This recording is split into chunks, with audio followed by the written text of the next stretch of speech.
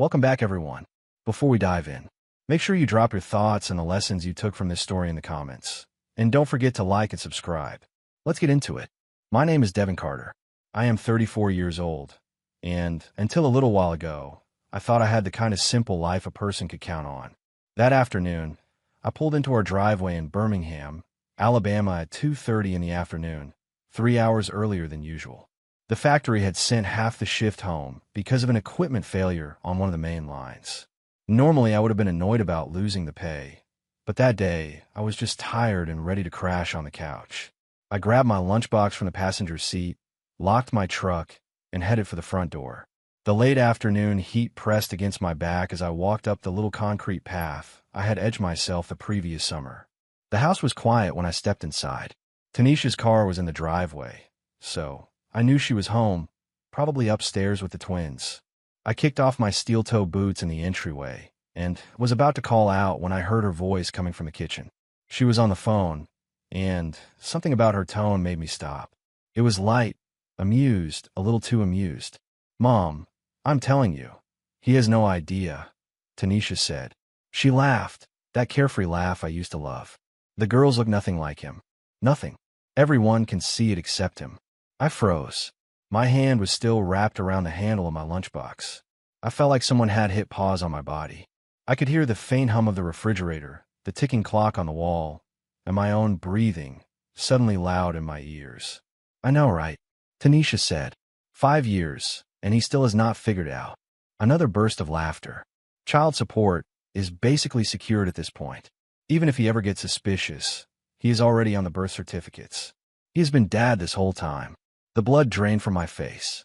I shifted a step closer, standing just behind the half-open kitchen door, completely still, trying to process what I was hearing.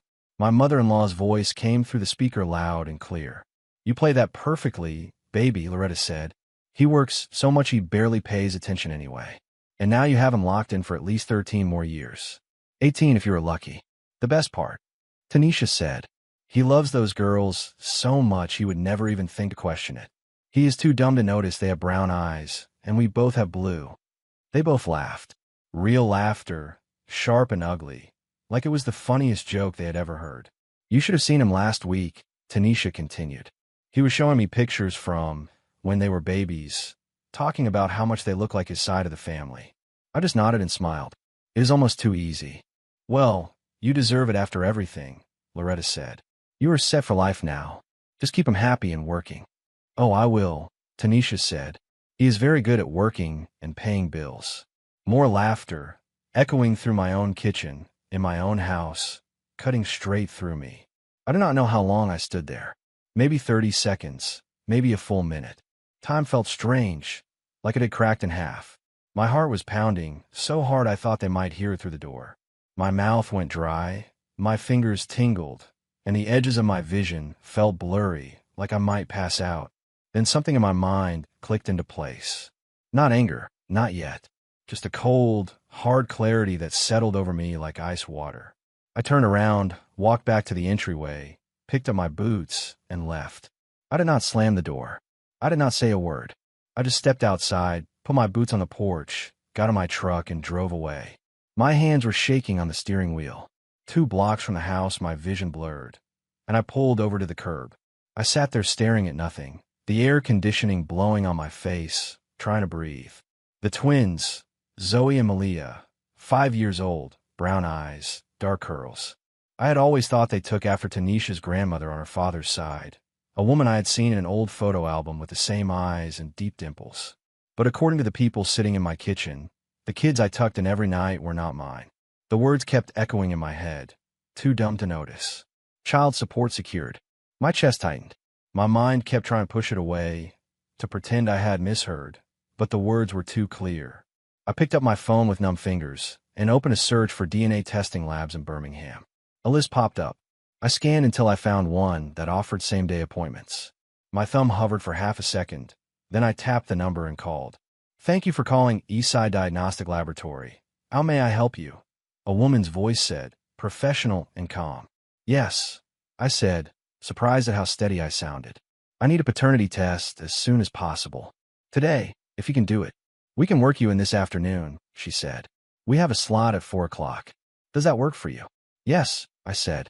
I will take it. All right. What samples do you plan to provide? She asked. Cheek swab is standard, but we can also work with hair samples if the root follicles are attached. I gripped the phone tighter. Hair samples, I said. I can bring those. Perfect, she said. We offer expedited results for an additional fee. That would be 72 hours instead of the standard 10 days. I will pay whatever it costs, I said. She took my information, confirmed the appointment, and gave me directions. When I hung up, my hand was still shaking around the phone.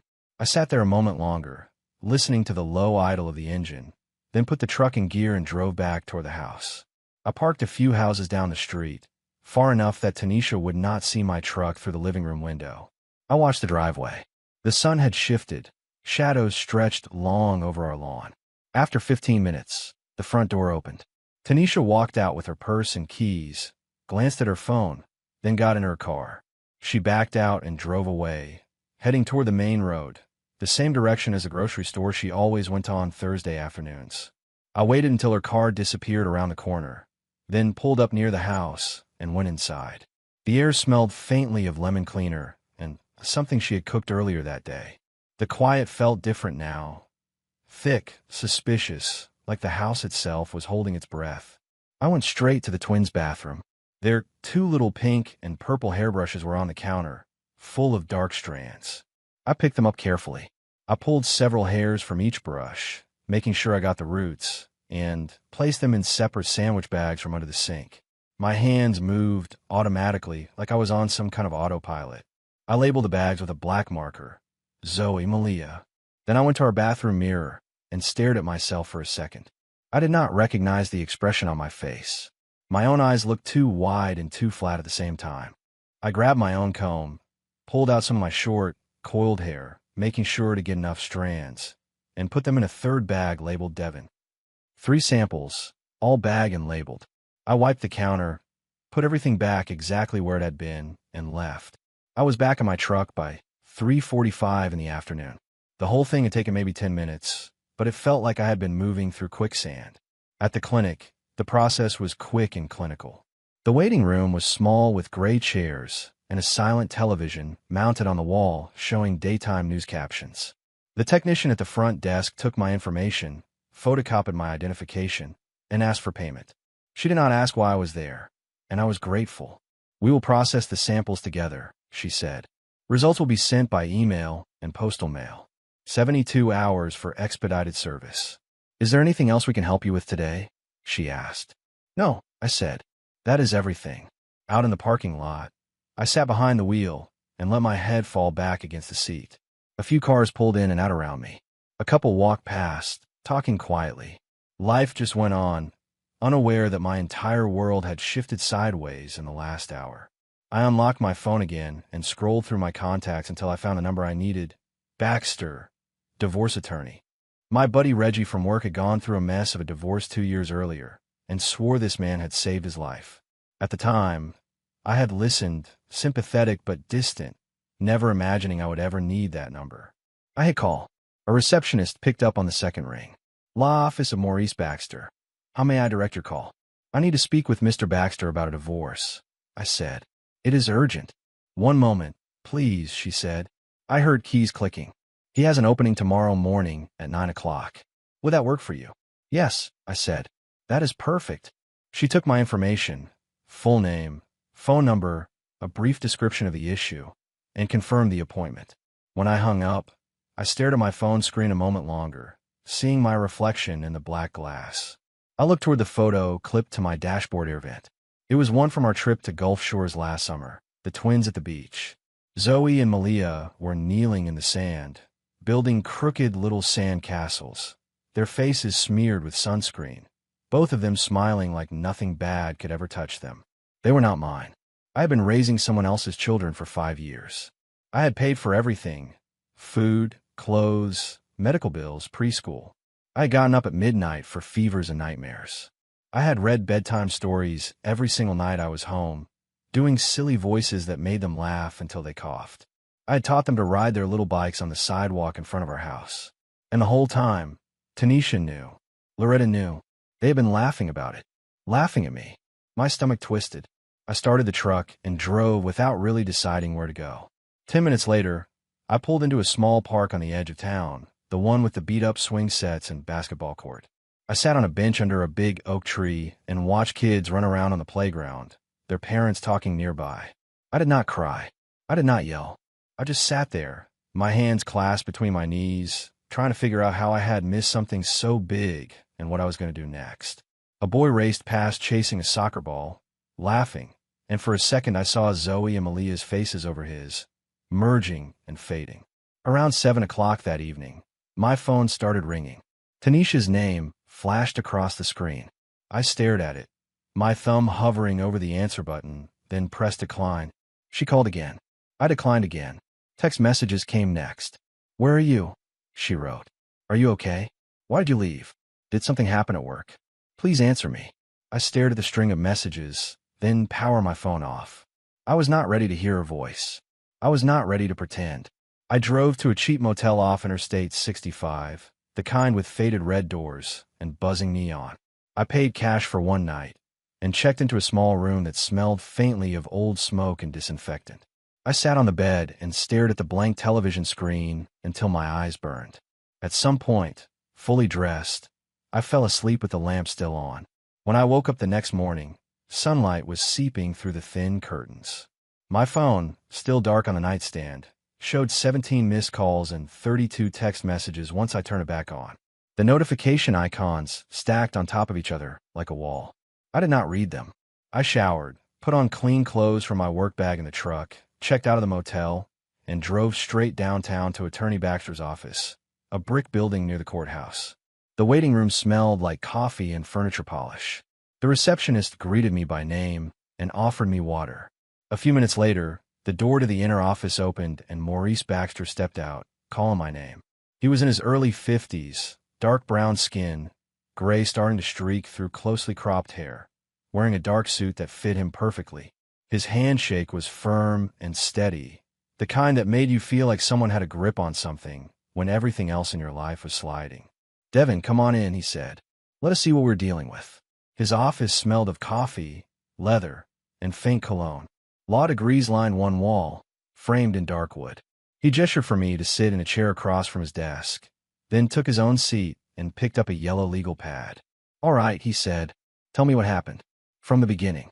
I laid it out. The conversation I had overheard in my kitchen. The exact words Tanisha and Loretta had used. The way they had laughed. The DNA test appointment, and the samples I had already dropped off. The 5 years of raising Zoe and Malia like they were my own. The way my life had been built around them.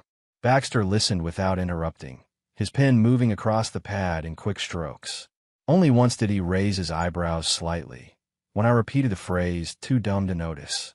When I finished, he leaned back in his chair, tapping his pen thoughtfully against his chin. "First question," he said. "Are you on the birth certificates?" "Yes," I said. "Both of them." He nodded slowly. "That complicates things," he said. "But it is not impossible. If the DNA test confirms what you suspect, we can file for fraudulent paternity. It is not common, but it is doable. You will need to prove she knowingly deceived you about the children's parentage." "I heard her admit it on the phone with her mother," I said. "She said it outright." "Did you record it?" he asked. "No," I said. "I did not exactly think to pull out my phone." "Unfortunate," he said, "but not fatal. The DNA evidence will be strong enough to open the door. Now, here's what we need to discuss. If those children are not yours biologically, you may be able to get removed from financial responsibility going forward." "What about what I have already spent?" I asked. 5 years of expenses. Diapers, preschool, doctor visits, everything. "Can I get any of that back?" He nodded slowly. "Possibly," he said. "We can petition for reimbursement based on fraud. It will not be easy, and you'll not get everything. But judges do not look kindly on paternity fraud. We can make a case." The thought of putting a number on 5 years of my life made my stomach twist again. "What do I do now?" I asked. "Right now, today." Baxter tapped his pen on the desk 3 times, like a habit. "You go home," he said. "You act as normal as you can. You do not tip your hand until we have the DNA results in writing. In the meantime, you document everything. Save text messages, emails, bank statements. If she has a separate account or any hidden assets, we need to know about it. And whatever you do not move out of the house. If you leave, it can hurt you in the proceedings. The court can interpret it as abandonment. She's texting me constantly, I said. She wants to know where I was last night. Tell her you needed space, he said. Work stress. Something vague enough that you can stand behind it later. Do not engage too much. Just keep her calm until we are ready to move. When do we file? I asked. The moment you get those test results, Baxter said. Email them to me immediately. I will have the paperwork ready to go. We will file for divorce and fraudulent paternity simultaneously. Hit her with everything at once. The directness of his words steadied me. Good, I said. He studied my face for a moment. How are you holding up? He asked. I am fine, I said automatically. You do not look fine, he said, not unkindly. I swallowed. I will be fine once this is over, I said. He slid a card across the desk. Call me anytime, he said, day or night. Do not sit on anything that feels important. We will get through this. I left his office and sat in my truck for a few minutes, just breathing. The plan was in motion. 72 hours until the DNA results. Then everything would blow up. When I pulled into the driveway that afternoon, Tanisha's car was there, and the twins' little bikes were lying on the front lawn, their blue and purple helmets tossed beside them. Everything looked normal. Perfect. Even like a photograph of a happy family. I walked in and found Tanisha in the kitchen making lunch. She turned around when she heard the door and smiled like nothing had ever been wrong between us. Hey, she said, wiping her hands on a dish towel. Where were you last night? I was worried sick. Had to clear my head, I said. Work stuff.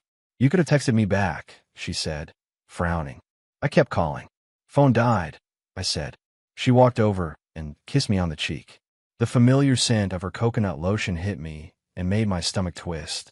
Well, I am glad you're okay, she said. The girls missed you this morning. I forced a smile. Where are they? I asked. Upstairs playing, she said. Do you want me to call them down? No, it is fine, I said. I will go up in a minute. She went back to making sandwiches, humming softly to herself. I watched her move around the kitchen like she always did, pulling plates from the cabinet, slicing tomatoes, completely oblivious to the storm circling right over her head. I went upstairs. The twins were in their room, building some kind of sprawling city out of wooden blocks. When they saw me, both of them yelled, Daddy, and ran toward me, little feet pounding on the carpet. Zoe slammed into my leg, wrapping her arms around my thigh. Malia jumped straight into my arms. I hugged them both, breathing in the sweet smell of their shampoo and strawberries from the juice boxes they had been drinking. Look what we made, Zoe said, grabbing my hand and dragging me toward the blocks. It is a castle and a city and a zoo all together. And a hospital, Malia added, in case the animals get sick. That is very smart, I said. You two thought of everything.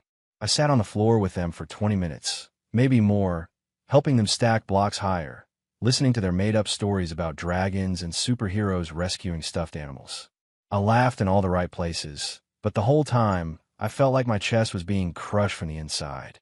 These were my daughters in every way that mattered to them, but not in the way that was now about to control our entire legal future. They did not know any of that. They loved me because I had been there every day of their lives. They had no idea their mother had been planning something different behind my back. Eventually, I excused myself and went to the bedroom, closed the door, and sat on the edge of the bed. The silence pressed in, thicker than before. I stared at our framed wedding photo on the dresser. Me in a suit, Tanisha in a white dress, her head tilted against my shoulder, both of us smiling, full of plans we thought were honest. Over the next 2 days, I went through the motions. I showed up to work. I came home. I played with the twins. I ate dinner with Tanisha at our kitchen table. She talked about her day, complained about a coworker, mentioned needing new tires on her car. I nodded in the right places and kept my answers short. At night, I waited until she fell asleep beside me, her breath slow and even, her hand resting lightly on my chest. Then I would slip out of bed and move quietly through the house, going through her things. I started with her purse and work bag, then her dresser drawers, then the hall closet. I did not tear things apart. I kept everything exactly where I found it. It felt like moving through enemy territory, careful and intentional. I found a second phone tucked in the side pocket of her gym bag, a cheap smartphone with a cracked case. It was powered off and locked with a passcode. I did not try to open it. Instead, I took photos of it from different angles, making sure the brand and model were visible, then set it back exactly where it had been and sent the photos to Baxter with a short message. Found this hidden in her gym bag. I pulled up our bank statements online. Line by line, I scrolled through months of transactions. She had been transferring small amounts to an account I did not recognize. $50 here, $80 there, sometimes $35. Not enough to raise alarms when we talked about bills. But over 5 years, it added up to a few $1,000s. I printed the statements at work, highlighted the transfers in yellow, and added them to a folder in my backpack. At home, I turned on my laptop after everyone was asleep and scanned scans and photos into a separate file labeled Documents. I backed it up twice, once on a flash drive and once on an external drive.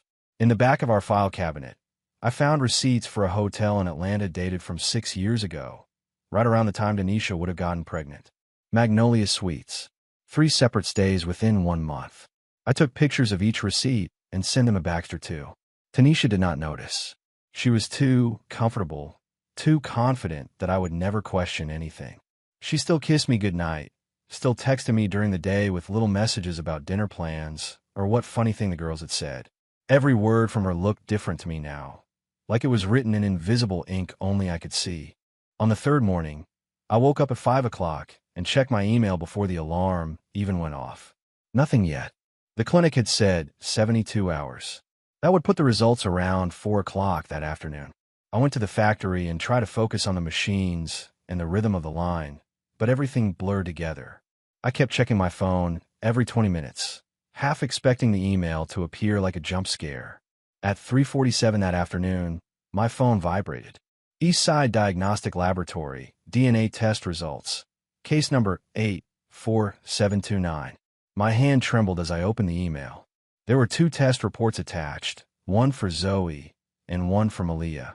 The first line my eyes found was probability of paternity, 0%. On the second report, probability of paternity, 0%. I sat there on a metal stool in the break room, staring at the screen. I had known it was coming. I had heard Tanisha say it out loud, but seeing it in writing made it actual, made it official, made any lingering hope fall away for good. I forwarded the email to Baxter with one line. It is confirmed. Let us move. He replied within 5 minutes. Come to the office tomorrow at 8 o'clock in the morning. Bring every document you have. We are filing by noon. I closed my phone, went to my supervisor, and said quietly, I have a family emergency. I need the rest of the day. He looked at my face once and just nodded. Go do what you need to do, Devin, he said. I drove to the same park as before, but this time I stayed in my truck, watching kids play from behind the windshield. The sky slowly shifted toward evening. I sat there until the sun dropped low behind the trees, then drove home. Tanisha was in the living room watching some reality show. The twins were already in bed. Hey, you are late, she said, turning down the volume. Everything okay? Yeah, I said. Just had some stuff to finish at work. There is pasta in the fridge if you are hungry, she said. The girls kept asking where you were. Zoe said she was going to glue your shoes to the floor, so you can not leave next time. I'm good, I said. I'm just going to shower and go to bed. I went upstairs, brushed my teeth, and lay down. She came in a few minutes later, slid into bed, and curled up next to me, her head on my shoulder. Love you, she murmured. I did not answer. I just closed my eyes and waited for morning. Tomorrow, everything would change. I walked into Baxter's office at 7:55 the next morning with a thick folder in my hand. The receptionist ushered me into his conference room, a long table already cleared except for a legal pad and a pot of coffee. Baxter came in, greeted me, and started spreading my documents across the table like puzzle pieces, bank statements, printed screenshots of transfers, photos of the second phone, hotel receipts from Atlanta, and the DNA results printed out and highlighted. This is good, he said, flipping through the pages. This is very good. The second phone, the transfers, the hotel receipt from 6 years ago. It all paints a clear picture of deception. What is our next move? I asked. We file a petition for divorce based on irreconcilable differences and fraudulent misrepresentation, he said. Simultaneously, we file a motion to disestablish paternity for both children. We are also requesting full reimbursement of all child-related expenses for the past 5 years, plus legal fees. Will that actually work? I asked. The reimbursement part. It is not guaranteed, he said, honest as ever. But we have a strong case. Paternity fraud is one of the few situations where courts will consider financial restitution. We will calculate every dollar you have spent: diapers, formula, medical insurance, preschool, clothes, food, everything that can reasonably be tied to the children. He pulled out a laptop and opened a spreadsheet he had already started. Rough estimate, he said after entering a few numbers. We are looking at somewhere between $40,000 and $50,000 over 5 years. That includes direct costs and your share of household expenses attributed to the children. The number hit me like a punch. 50,000, I said quietly. 5 years of my life. I looked at the neat lines of numbers and thought of all the small sacrifices that had seemed worth it at the time. Now, here's the critical part, Baxter said, folding his hands. We need to identify the biological father. Your wife will be required to disclose his identity during proceedings. Once we know who he is, we will pursue him for child support and potentially add him to the suit. What if she refuses to tell us? I asked. Then she will be in contempt of court, he said. The judge will not be sympathetic. She has already committed fraud. Refusing to cooperate will only make things worse for her. When do we serve her? I asked. Baxter checked his watch. Papers will be ready by 2 o'clock this afternoon, he said. Now, I need to ask you something important. Where does your wife go regularly? Somewhere public where she will be around people she knows, ideally. I thought for a second. She does Pilates on Tuesday and Thursday mornings at 9 o'clock, I said. Place called Core Fit Studio downtown. Baxter nodded. Perfect, he said. We will have her serve there tomorrow morning. Public service ensures there are witnesses and sends a message. A message that you are not playing games and that this is happening whether she likes it or not. It also makes it harder for her to avoid service or later claim she did not receive the paperwork. I nodded slowly. Do it, I said. He made a note. One more thing, he said. I'm going to recommend that you open a separate bank account today, if you have not already. Transfer your paycheck there starting immediately. You do not want her draining your joint account once she is served. Already done, I said. I switched it yesterday. Baxter smiled faintly. Smart, he said. Now, let's talk about the house. Are you both on the lease or mortgage? Lease, I said. Both names. Good, he said. That simplifies things. When the lease ends, you'll have options. For now, I recommend you stay put. Do not give her any ammunition about abandonment. We spent the next hour going through every detail. He explained the timeline, the court dates, what to expect from her lawyer, how to respond if you try to talk to me directly. By the time I left his office, I felt like I was heading into battle with a clear strategy. I went to work, but could not focus. All day I kept thinking about the next morning, about Tanisha's face when she got served in front of her Pilates friends. A petty part of me wanted to see it. Another part did not. That evening, when I came home, everything was normal again. She had made chicken and rice for dinner. The twins were laughing at the table, telling me how Zoe had spilled paint in art class and somehow ended up with more paint on her than on the paper. You're going to be an artist, I told her, ruffling her curls. Every great artist makes a mess. Tanisha watched me, something cautious flickering in her eyes, but she did not say anything. After dinner, I helped clean up while she gave the twins a bath upstairs. I listened to them splashing and giggling through the ceiling. When the girls were in bed, Tanisha came downstairs and sat next to me on the couch. You have been quiet lately, she said. Is everything okay? Just tired, I said. Work has been busy. Maybe we should go away for a weekend, she said. Just the two of us. My mom could watch the girls. We could go up to Nashville or down in New Orleans, get a hotel, reset a little. I almost laughed at the idea of Loretta helping us reset. Yeah, I said. Maybe. She put her head on my shoulder. I love you, she said softly. You know that. Sure, I said. She did not seem to notice that I did not say it back. The next morning, I got up early. Tanisha was still sleeping, one arm thrown over my side of the bed. I got dressed for work, kissed the twins on their foreheads as they ate cereal at the kitchen table, and left. I did not go to the factory. Instead, I drove to a coffee shop 2 blocks from Core Fit Studio and parked where I had a clear view of the entrance. I ordered a coffee and sat by the window, pretending to scroll through my phone while my eyes kept flicking up to the studio's glass doors. At 8:52, Tanisha's car pulled into the lot.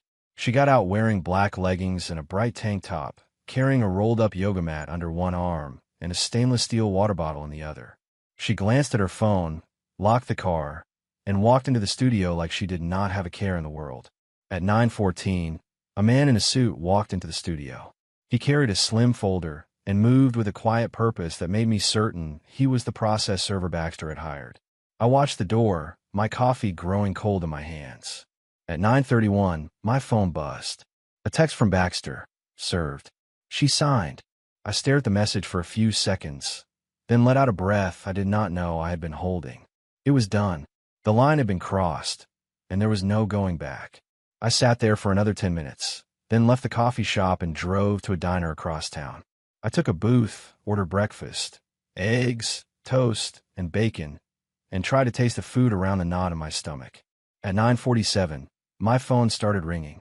Tanisha's name filled the screen. I let it go to voicemail. She called again, and again, 6 times in the next hour. Each time I pressed decline, my thumb felt heavier. The text messages came next. "What is this?" she wrote. "Call me now. This is insane. We need to talk about this. You cannot just do this. Answer your phone. Devin, please." I turned my phone on silent and finished my breakfast, forcing down one bite at a time. The waitress refilled my coffee and gave me a sympathetic look, like she could tell something was wrong, but knew better than to ask. Around noon, Baxter called. "How are you holding up?" he asked. "I am fine," I said. "What happens now?" "Now we wait for her response," he said. "She has 30 days to file an answer to the divorce petition. The paternity hearing is scheduled for 6 weeks from today.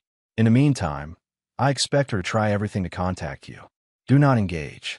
All communication goes through me from this point forward." "Understood," I said. "One more thing," Baxter added. "I did some digging into that hotel receipt you found in Atlanta. I called the hotel, talked to their manager. They keep records for 7 years. I explained the situation, and they're willing to provide records if we subpoena them." "What kind of records?" I asked. "Check-in logs, credit card payments," he said. "If she used her card, we will know exactly when she was there and possibly who she was with, if he used his card too." "Do it," I said. "Already filed the subpoena," he said. "We should have those records in about 2 weeks." I hung up and went to the factory. I found my supervisor and explained that I had a personal situation, but that it was being handled. He nodded, told me to take whatever time I needed, then put me on a quieter station for the afternoon. My phone kept buzzing all day. Tanisha, Loretta, even Tanisha's younger sister. I ignored all of it. That evening, when I got home, Tanisha's car was gone. The house was quiet, too quiet. On the kitchen counter, there was a note in her handwriting. "We need to talk," it said. "I'm my mother's with the girls. Call me." I crumpled the note in my fist and threw it into the trash can. My phone rang again. This time it was Baxter. "She is already trying to negotiate," he said. "Her mother called my office. She wants to set up a mediation meeting." "No," I said. "That is what I told them," Baxter replied. "I said all communication goes through official channels.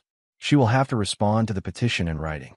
"Good," I said, feeling a grim satisfaction. A few days later, Baxter called with another update, his tone edged with a hint of triumph. "The hotel records came back faster than expected," he said. "Your wife checked in on March 17, 6 years ago, paid with her credit card. But here is the interesting part. Someone named Derek Caldwell checked into the same hotel the same night, room right next door." My stomach dropped. "I know that name," I said. "That is her ex-boyfriend from before we got married. They dated on and off for years." "Well," Baxter said, "I think we just found our biological father." The next morning, I woke up to 43 missed calls and more text messages than I could count. I deleted every voicemail without listening. I could not handle hearing Tanisha cry, or rage, or beg. I had already heard everything I needed to. At 8 o'clock, Baxter called again. "Derek Caldwell is married," he said. "He lives in the next county over, works as an operations manager at a distribution center. I have already drafted a notice informing him of the paternity allegations and his potential legal obligations." "When does he get it?" I asked. "Today," Baxter said, "along with a court order requiring a DNA test. He cannot dodge this." What about Tanisha? I asked. She filed an emergency motion asking for temporary custody and support, he said. The judge denied it pending the paternity hearing. She is spiraling. I almost smiled. Good, I said. That afternoon, my phone lit up with an unknown number. Against my better judgment, I answered. You son of a... A voice screamed before I could say hello. It was Loretta. How dare you do this to her? To those children. You are tearing this family apart. Tell your daughter I know everything, I said, my voice flat. Every lie. Every detail. And tell her she is done. Those girls think I am their father. That is because of the story you two chose to tell. That is not my problem anymore. You are heartless, she shouted. You are walking away from two innocent little girls. You made sure they were not mine, I said. You both knew what you were doing. I hung up and blocked her number before she could say anything else. 2 days later, Baxter called with fresh news. Derek Caldwell took the DNA test, he said. Results came back this morning. He is the father. Both girls. 99.9% probability of paternity. I let out a long breath. There was something grotesquely satisfying about having a name and a number attached to the man who had been standing in my place. And here's the best part, Baxter continued. His wife just filed for divorce. She found out about the affair and the children on the same day we notified him. What is he doing about child support? I asked. His lawyer is negotiating, Baxter said. But he will have to pay. The court will determine the amount at the hearing. We are estimating around $1,200 a month for both children, based on his income. And my reimbursement? I asked. We are pushing for $47,000, Baxter said. She will have to liquidate assets to pay you. Her car, jewelry, anything of value. The judge is actually sympathetic to your case. Paternity fraud rulings are rare, but when they happen, courts do not play around. 3 weeks passed. Tanisha tried showing up at my workplace twice. Both times security escorted her out on my supervisor's orders. She left notes on my windshield, sent long emails, even had her sister try to ambush me at a gas station. I ignored everything and forwarded anything relevant to Baxter. The paternity hearing was scheduled for a Thursday morning. I wore the only suit I owned, a dark navy one Tanisha had helped me pick out years earlier for a cousin's wedding. It felt different on my shoulders now. Tanisha showed up in a plain black dress, looking exhausted, her hair pulled back, her eyes rimmed with red. Loretta sat beside her, arms crossed tight. The courtroom was cool and quiet, the air smelling faintly of paper and old wood. The judge, a black woman named Judge Robinson, listened as Baxter laid out her evidence. DNA results, hotel records, bank statements, the hidden phone, the transfers to the secret account, and the transcript of a few recorded conversations between Tanisha and Loretta that I had captured after installing discreet recording equipment in the living room and kitchen once Baxter told me it was legal in our state. Tanisha's lawyer tried to argue that I had acted as the father for 5 years and that the children saw me as their parent. He pushed hard for the idea that regardless of biology, I should continue to provide support during a transition period. Judge Robinson's expression did not soften. Mrs. Carter knowingly deceived her husband about the paternity of these children for 5 years, she said, her voice clear and firm. This court does not reward fraud. She shuffled some papers, then read from her ruling. Paternity is disestablished effective immediately. Mr. Caldwell is ordered to pay child support as calculated by the state guidelines. Mrs. Carter is ordered to reimburse her husband $47,000 within 90 days. Tanisha burst into tears, shoulders shaking. Her lawyer immediately stood. Your Honor, we request an extension, he said. My client. Judge Robinson held up a hand. 120 days, she said. That is as far as I am willing to go. This matter is not new to Mrs. Carter. She has had ample time to prepare for the consequences of her actions. The gavel came down with a sharp crack. It sounded, to me, like a door slamming shut. Outside the courthouse, Tanisha caught up to me on the steps. Please, she said, her voice hoarse. We can fix this. The girls need you. They do not understand any of this. They think you are still their father. I kept walking. Devin, please, she said, hurrying to step in front of me. I made a mistake. I made one mistake. I stopped and turned to face her. You made a choice, I said. Not once. Every single day, for 5 years. You chose to lie. You chose to laugh about it with your mother. You chose to call me too dumb to notice. Now you get to live with those choices." Her eyes filled with a fresh wave of tears. Loretta stepped toward me like she might say something, but Baxter moved subtly between us, making it clear this conversation was over. I went to my truck, got in, and drove away. I felt heavy but strangely light at the same time. Tanisha sold her car the next week. I heard through mutual acquaintances that she had started working 2 jobs to pay me back. I never saw Zoe and Malia again. That part hurt more than I expected. Some nights I would wake up having dreamed about them laughing, reaching for me, calling me daddy like nothing had changed. 3 months after the hearing, I ran into one of Tanisha's old friends at a hardware store in town. Her name was Carla, a woman who had been in our house 100 times when the kids were younger. She recognized me in the aisle with the power tools and walked over slowly. "Devin," she said quietly, "I just want you to know we had no idea. What she did was unforgivable. Nobody talks to her anymore." "Not really." I nodded once. "Thanks," I said. "She lost her job," Carla added. The story got around. Her boss did not want the drama. I did not respond to that. I just grabbed the screws I needed and headed toward the registers, feeling a strange mixture of satisfaction and sadness. Through bits and pieces from people who still lived near Loretta's old place, I heard what happened to Tanisha after that. She had moved in with her mother permanently. The house she had been renting got foreclosed on after she could not keep up with payments. Derek was paying child support, but barely. His own divorce had wrecked his finances. Her mother's friends stopped inviting them to events. The Pilates studio asked her not to come back. Too much gossip, too many uncomfortable conversations for the other clients. She tried reaching out one last time about 6 months after everything finalized. A handwritten letter showed up in my mailbox at my new place, a small apartment I had rented closer to the factory. "I destroyed everything," she wrote in careful, looping script. "I know that now. I'm sorry does not cover it. The girls ask about you sometimes. I do not know what to tell them. I hope someday you can forgive me, even though I do not deserve it." I read the letter once, slowly, feeling every word. Then I took it into the kitchen, held it over the sink, lit a corner with a match, and watched it curl and blacken until the last ember went out. A week later, Baxter called. "Final payment just cleared," he said. $47,000 plus the court-ordered interest. "You are done." "Good," I said, exhaling. "How are you doing, Devin?" "Really?" he asked. "Getting there," I said. "One day at a time." By then, I had started seeing someone from work.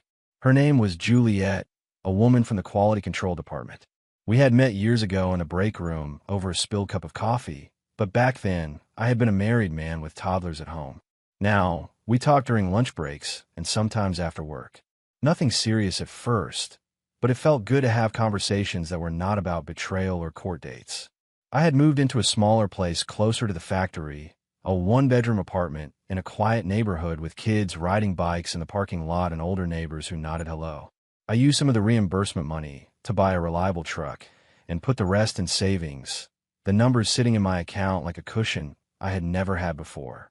My buddy Reggie invited me to a cookout that weekend. I almost said no, but something in me knew I needed to be around people again. I showed up with a pack of sodas and a bag of chips. His backyard was full of familiar faces from the factory, music playing low, the smell of barbecue hanging in the air. Being around people felt strange at first, like I had forgotten how to stand in a group without bracing for something bad to happen. But after a couple of beers and a few jokes, my shoulders started to unclench. Someone asked quietly about the divorce. I kept it short. "It did not work out," I said. "I'm better off now." They nodded. Nobody pushed for details. The grill sizzled, kids ran around with water guns, and conversation shifted to football and factory gossip. Standing there watching people laugh and kids run through the sprinkler, I felt something I had not felt in months: peace. Tanisha had tried to trap me, tried to make me her permanent paycheck, while laughing behind my back. Instead, I had walked away. I had made her pay for every lie, every dollar, every day of deception. Some people call me cold. A distant cousin had heard the story and sent me a message saying I should have thought more about the kids. I read his message once and closed it without replying. Those are not my kids. They never had been. And I was not going to spend the rest of my life paying for someone else's betrayal. I finished my drink, tossed the empty can in the recycling bin, and joined a conversation about truck repairs with Reggie and another guy from our line. For the first time in a long time, when I thought about the future, it did not feel like a dark tunnel. It felt open. A year later, I was doing better than I ever expected. Juliet and I had been dating for 8 months. She knew the whole story. She did not judge me, did not rush me. She listened when I needed to talk, and when I did not, she just sat with me, our shoulders touching quietly on the couch. I got promoted at the factory to shift supervisor. Better pay, better hours. I had weekends off more often. I used some of the money from the reimbursement to buy tools and build shelves in the small garage that came with my new rental house. It was not big, but it was mine, and for the first time since everything happened, my life felt like it was something I could build on instead of something I was trying to crawl out of. Through the grapevine, I heard that Tanisha had moved about 2 hours away to another city in Alabama. She could not handle running into people who knew what she had done. Loretta sold their old house and moved with her. They were both working retail jobs, barely scraping by. Derek's life had imploded too. He had lost his marriage, half his assets in the divorce, and now paid child support for Zoe and Malia. His own kids from his marriage wanted nothing to do with him. Sometimes I thought about Zoe and Malia. I wondered if they remembered me, wondered what lies Tanisha told them about why I had disappeared. Did she say I had chosen to leave? Did she blame it all on me to protect herself? I would start down that road in my mind and then force myself to stop. They had a father now. The right one, the biological one. Whatever mess he and their mother had created together, that was their responsibility, not mine. One Saturday morning, Juliet and I were at a diner near my place having breakfast, the same diner where I had sat alone after Tanisha was served.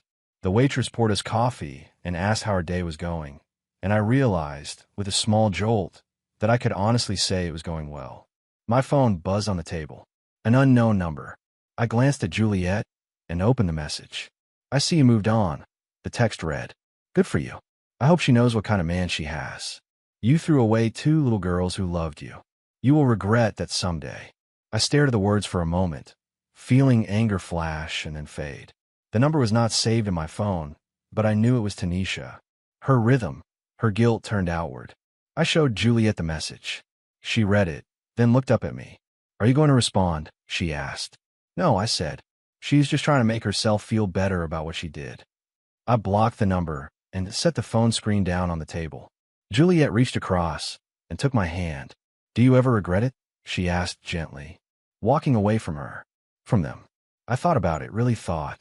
"I regret the situation," I said slowly. "Every day. I regret that 2 little girls got dragged through something they did not choose. But I did not create that situation. Tanisha did. Derek did. I'm not going to spend my life paying for her lies." Juliet squeezed my hand. "You did the right thing," she said. We finished breakfast and headed to the hardware store.